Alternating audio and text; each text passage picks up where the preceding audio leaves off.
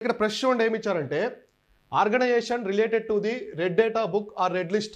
So మనకి కొన్ని స్పీస్ అనమాట, కొన్ని జాతులు స్పీస్ అనేవి అంతరించిపోతూ ఉంటాయి. పక్షులు, జంతువులు, వృక్షాలు ఇలా.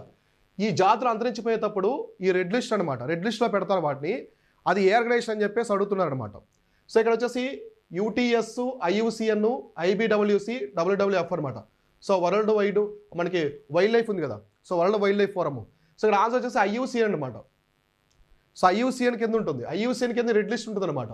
వీళ్ళు ఏం చేస్తారంటే ఇందులో ఎనిమల్స్, సో ఎనిమల్స్ కావచ్చు, బర్డ్స్ కావచ్చు, సో ఇంకా బర్డ్స్, నెక్స్ట్ ట్రీస్ అంటే మనకి వృక్షాలు కావచ్చు, అంటే ఓవరాల్గా flora and fauna.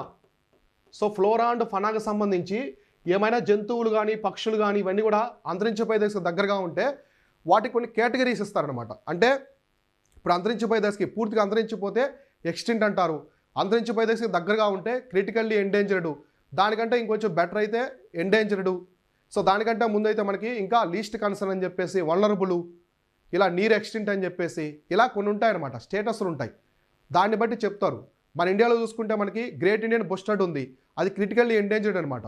Kashmiri stag కావచ్చు, ఇవన్నీ అంతరించిపోతున్నాయి. కొండనార్ యాటు అంతరించిపోయే దశకి దగ్గరగా ఉన్నాయి కాబట్టి వాటిని ఏమంటారంటే క్రిటికల్లీ ఎండేంజర్డ్ అంటారనమాట.